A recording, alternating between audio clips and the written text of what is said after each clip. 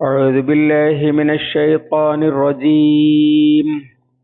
بسم الله الرحمن الرحيم.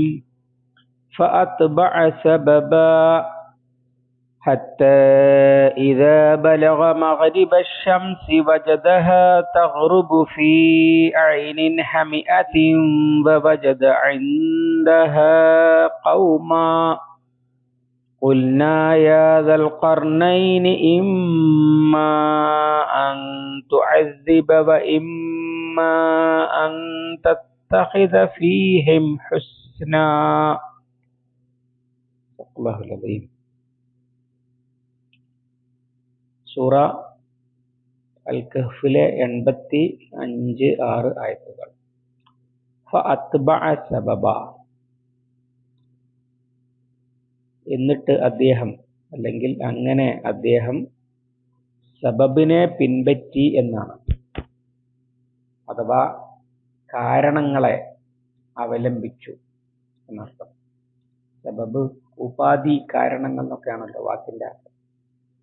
അഥവാ സംവിധാനങ്ങളെ അവലംബിച്ചു മുന്നോട്ട് പോയി എന്ന സൂചന സാഹിതീയമായ ഒരു ശൈലിയിൽ പറഞ്ഞതാണ്. ഹത്താ ഇദാ ബലഗ, അദ്ദേഹം എത്തുവോളം, മഗ്രിബ ശംസി, സൂര്യന്റെ അസ്തമയ സ്ഥാനത്ത്,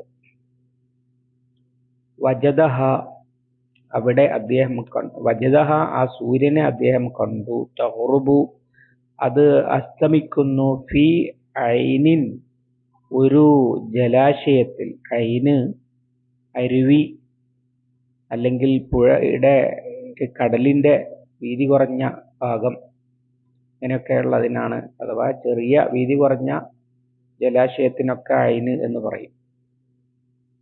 ഹമിഅത്തിൻ, കറുത്ത, ഇരുണ്ട അല്ലെങ്കിൽ ചളിയായ. മിൻ ഹമഇൻ മസ്നൂൻ എന്നൊക്കെ വന്നിട്ടുണ്ട്. മനുഷ്യനെ സുലാലത്തം മിൻ ഹമഇൻ മസ്നൂൻ എന്നപോലെ ചളിപിളിയായ, അതിനാണ് ഹമിഅത്ത് എന്ന് പറയുന്നത്. അല്ലെങ്കിൽ ചളിയുടെ നിറമുള്ള, ഇരുണ്ട എന്നർത്ഥം. വജദ ഇൻദഹ ഖൗമ, അതിനടുത്ത് ഒരു സമൂഹത്തെയും അദ്ദേഹം കണ്ടു. ഖൗമ്, ജനത, അഥവാ ഒരു പ്രത്യേക ജനവിഭാഗം അല്ലെങ്കിൽ പ്രത്യേക രാജ്യം എന്നൊക്കെയാണ് അർത്ഥം. ഖുൽന, നാം പറഞ്ഞു, യാ ദൽ ഖർനൈൻ, ഓ ദുൽഖർനൈൻ, ഇമ്മാ അൻ തുഅസിബ, ഒന്നുകിൽ നിനക്ക് ശിക്ഷിക്കാം, വ ഇമ്മാ അൻ തത്തഖിദ ഫീഹിം ഹുസ്ന, വ ഇമ്മാ, അല്ലെങ്കിൽ അൻ തത്തഖിദ ഫീഹിം, നിനക്ക് അവരിൽ സ്വീകരിക്കാം, ഹുസ്ന, നന്മ.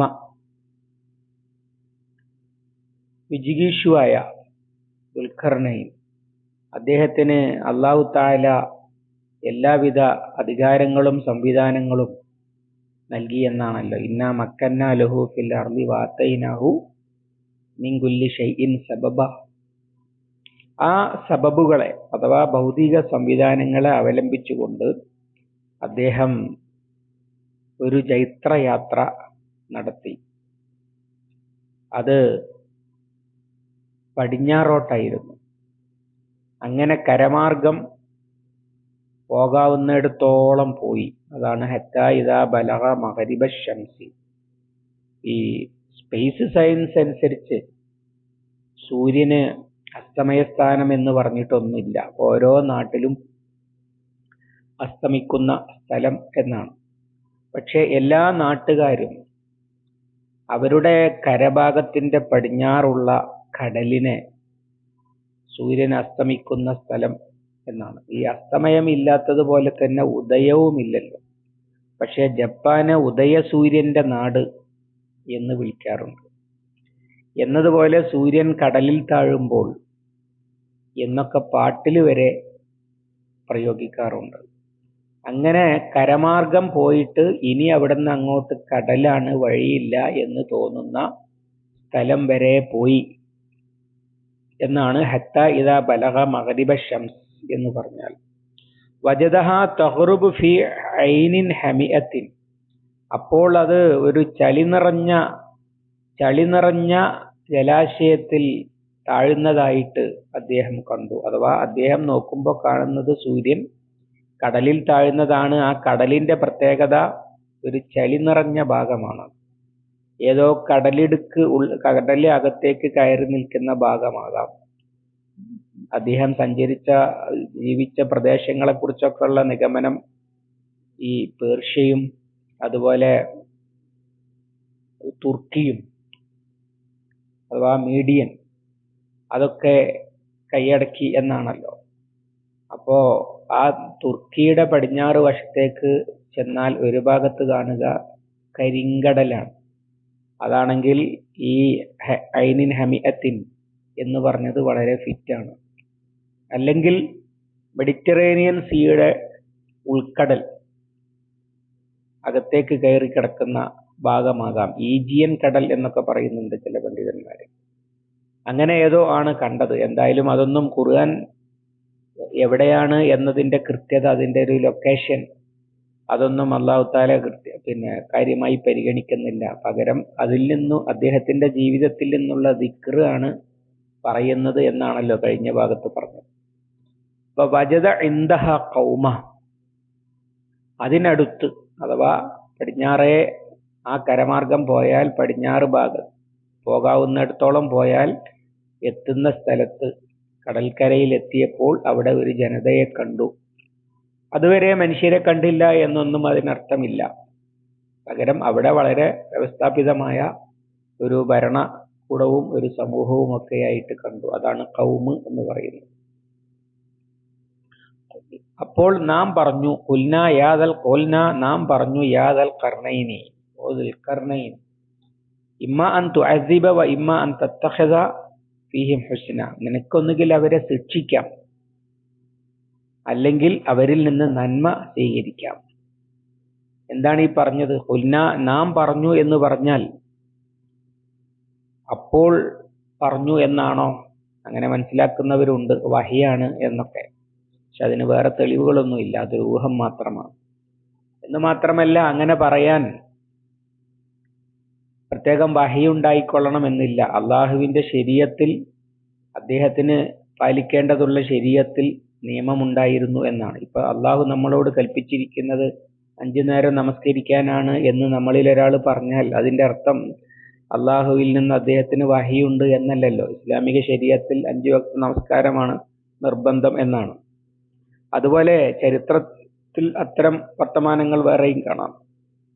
ഉദാഹരണമായിട്ട് റുബയ്യ് ഇബ്നു ആമിർ റളിയല്ലാഹു അൻഹു റുസ്തമിനോട് പറയുന്നുണ്ട്, പേർഷ്യൻ സേനാനായകനോട്, അല്ലാഹു ഇബ്തഅസന, അള്ളാഹു പറഞ്ഞയച്ചതാണ് ഞങ്ങളെ, ലിനുഖ്രിജൻ നാസ മിൻ ഇബാദത്തിൽ അബ്ദി ഇലാ ഇബാദത്തില്ലാഹി വഹദ, മനുഷ്യരെ അടിമകളുടെ അടിമത്തത്തിൽ നിന്ന് അള്ളാഹുവിന്റെ അടിമത്തത്തിലേക്ക് മോചിപ്പിക്കാൻ, വമിൻ ജൗരിൽ അദിയാൻ ഇലാ അദ്ലിൽ ഇസ്ലാം, മതങ്ങളുടെ അനീതിയിൽ നിന്ന് ഇസ്ലാമിന്റെ നീതിയിലേക്ക്, വമിൻ ദീഖിദ് ദുനിയ ഇലാ സഅതി ദുനിയ വൽ ആഖിറ, ഇഹലോകത്തിന്റെ കുടുസതയിൽ നിന്ന് ഇഹപര ലോകങ്ങളുടെ വിശാലതയിലേക്ക് മനുഷ്യരെ മോചിപ്പിക്കാൻ അള്ളാഹു പറഞ്ഞയച്ചതാണ് ഞങ്ങളെ എന്ന് പറയുന്നുണ്ട്.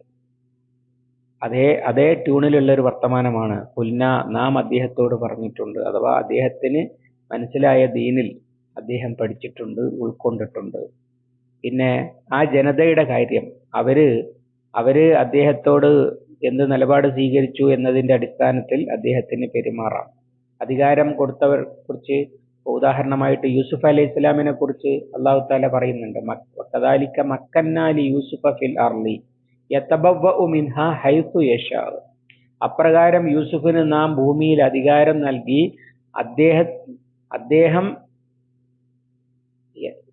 അദ്ദേഹം ഉദ്ദേശിക്കുന്നത് പോലെ അള്ളാഹു അദ്ദേഹത്തിന് ഒരുക്കി കൊടുത്തു എന്ന്.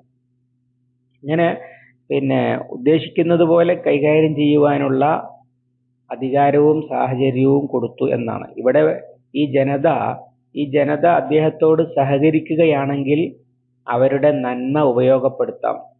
അല്ല, അവര് ശത്രുത കാണിക്കുകയാണെങ്കിൽ അവരെ ആക്രമിച്ച് കീഴടക്കുകയും ചെയ്യാം. ഇസ്ലാമിക ഭരണകൂടം ജൈത്രയാത്രയുടെ ഭാഗത്ത് രാജാക്കന്മാരെ ദീനിലേക്ക് ക്ഷണിക്കും.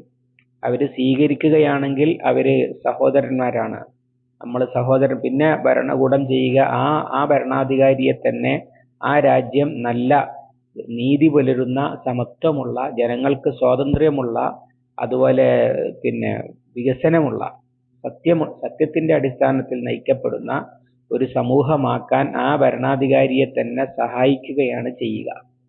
അല്ല അയാൾ വേണ്ടെന്ന് പറഞ്ഞാൽ വേണ്ടെങ്കിൽ വേണ്ട, കുഴപ്പമൊന്നുമില്ല. പക്ഷേ നാട്ടുകാരോട് അള്ളാഹുവിന്റെ ദീന് പറയാൻ ഉള്ള അധികാരം എഴുതി ഒപ്പിട്ട് തരണം. അതിനാണ് കപ്പം തരിക എന്നൊക്കെ പറയുക. അതിന് തടസ്സം സൃഷ്ടിക്കുകയില്ല. അങ്ങനെ ജനങ്ങളെ നിർഭയരാക്കും. അവർക്ക് വേണമെങ്കിൽ മുഅ്മിനാകാം, അല്ലെങ്കിൽ മുഅ്മിനാകാതെയും ഇരിക്കാം. അതിന്റെ പേരിൽ അവർ യാതൊരു പ്രയാസങ്ങളും അനുഭവിക്കുകയില്ല. അങ്ങനെ ജനങ്ങളെ നിർഭയരാക്കും. അതിനും സന്നദ്ധമല്ലെങ്കിൽ അത്തരം ഭരണകൂടങ്ങളുടെ നേരെ സൈനിക നടപടി സ്വീകരിക്കും. നമുക്കിടയിൽ വാള് കാര്യം തീരുമാനിക്കുന്നതാണ് റുബൈബിന് ആമിർ റുസ്തമിനോട് പറഞ്ഞത്, ഈ 3 ചോയ്സ് പറഞ്ഞുകൊണ്ട്. എന്നതുപോലെ ഈ 3 ചോയ്സും ചെയ്യാവുന്ന ഒരു സ്ഥിതി ഉണ്ടായി. അഥവാ ഒന്നുകിൽ അവര് ഇങ്ങോട്ട് ആക്രമിക്കുകയാണ്, ദീന് ഇവിടെ പറയണ്ട എന്ന നിലപാടാണ് സ്വീകരിക്കുന്നതെങ്കിൽ അതിനെ സൈനികമായിട്ട് തന്നെ നേരിടാം. അല്ല രണ്ടാമത്തതോ ഒന്നാമത്തതോ ആണെങ്കിൽ അവരുടെ നന്മ അംഗീകരിക്കുകയും ചെയ്യാം. അവർ സ്വീകരിച്ചാൽ പിന്നെ ഇദ്ദേഹവും അവരും തുല്യമാകുകയാണ് ചെയ്യുക. അതേ സമയത്ത് അവര് സഹകരിക്കുന്ന, ദീന ആളുകളോട് പറഞ്ഞിട്ട് വേണമെങ്കിൽ സ്വീകരിച്ചു കൊള്ളട്ടെ എന്ന നിലപാടാണ് സ്വീകരിക്കുന്നതെങ്കിൽ അതും ചെയ്യാം. അങ്ങനെ രണ്ടും ചെയ്യാവുന്ന ഒരു സ്ഥിതിയിൽ അദ്ദേഹം എത്തി എന്നാണ് പറഞ്ഞത്. എന്നിട്ട് അദ്ദേഹം സ്വീകരിക്കുന്ന നിലപാട് എന്താണെന്ന് അദ്ദേഹത്തിൻ്റെതായ ഭാഷയിൽ വരുന്നുണ്ട് അടുത്ത ആയത്തിൽ. ഏതായാലും ഇസ്ലാമിക ഭരണകൂടം പിൽക്കാലത്തും ചെയ്തിട്ടുള്ളത് ഇതിന്റെ കോപ്പിയാണ്. അഥവാ ജൈത്രയാത്ര, രാജ്യങ്ങളിലേക്ക് കടന്നു ചെല്ലുക, 3 ചോയ്സ് അവരുടെ മുമ്പിൽ വെക്കുക, ഏതാണോ അവർക്ക് സെലക്ട് ചെയ്യാം. അങ്ങനെ പിൽക്കാലത്ത് പിന്നെ ഉമർ ബിൻ ഖത്താബ് റളിയല്ലാഹുവിന്റെ ഒക്കെ കാലത്ത് നമുക്കത് കാണാൻ കഴിയുന്നതാണ്. ഈജിപ്തിലെ മുഖൗക്കിസ് സ്വീകരിച്ചത് 2ാമത്തതാണ്, നജ്ജാഷി രാജാവ് സ്വീകരിച്ചത് 1ാമത്തതാണ്, അതുപോലെ പിന്നെ പേർഷ്യക്കാർ സ്വീകരിച്ചത് 3ാമത്തതാണ്. അതുകൊണ്ടാണ് യുദ്ധം വേണ്ടി വന്നത്. ഈജിപ്തിൽ യുദ്ധം വേണ്ടി വരികയല്ല, നിങ്ങൾ പ്രചരിപ്പിച്ചോളൂ എന്ന് പറയുകയാണ്, കപ്പം കൊടുക്കാൻ തയ്യാറാക്കുകയാണ് ചെയ്തത്. കുറച്ചു കഴിഞ്ഞപ്പോൾ ആളുകൾ കൂട്ടത്തോടെ ഇസ്ലാമിലേക്ക് കടന്നു വരുന്നതാണ് പിന്നീട് കണ്ടത്. ഇങ്ങനെയുള്ള ഒക്കെ ഒരു വിജിഗീഷുവിനെയാണ് ദുൽഖർനൈനിയായി പരിചയപ്പെടുത്തുന്നത് എന്ന് മാത്രമല്ല, ഇങ്ങനെ വിജയത്തിന്റെ വഴി സ്വീകരിക്കുന്ന ആളുകൾ എങ്ങനെയാണ് ആകേണ്ടത് എന്ന മാതൃകയും ഇതിലുണ്ട്. അതാണ് പറഞ്ഞു വരുന്നത്. ഇൻഷാ അല്ലാഹ് അദ്ദേഹത്തിന്റെ പ്രതികരണം, അള്ളാഹു ഒരുക്കിക്കൊടുത്ത ഈ സാഹചര്യത്തോട് അദ്ദേഹം എന്ത് ചെയ്യാനാണ് ഉദ്ദേശിക്കുന്നത് എന്ന് അടുത്ത ആയത്തിലുണ്ട്. ഇൻഷാ അല്ലാഹ് അടുത്ത ദിവസം അള്ളാഹു അനുഗ്രഹിക്കുമാറാവട്ടെ. اللهم علمنا ما ينفعنا وانفعنا بما علمتنا ربنا زدنا علما وفهما ودقة ونظرا. اللهم اجعل القرآن ربيع قلوبنا ونور صدورنا وجلاء حزننا وذهاب همنا وغمنا. ربنا تقبل منا إنك أنت السميع العليم وتب علينا إنك أنت التواب الرحيم واغفر لنا يا غافر المذنبين. وصلى الله على محمد وعلى آله وصحبه وسلم ومن تبعهم بإحسان إلى يوم الدين والحمد لله رب العالمين.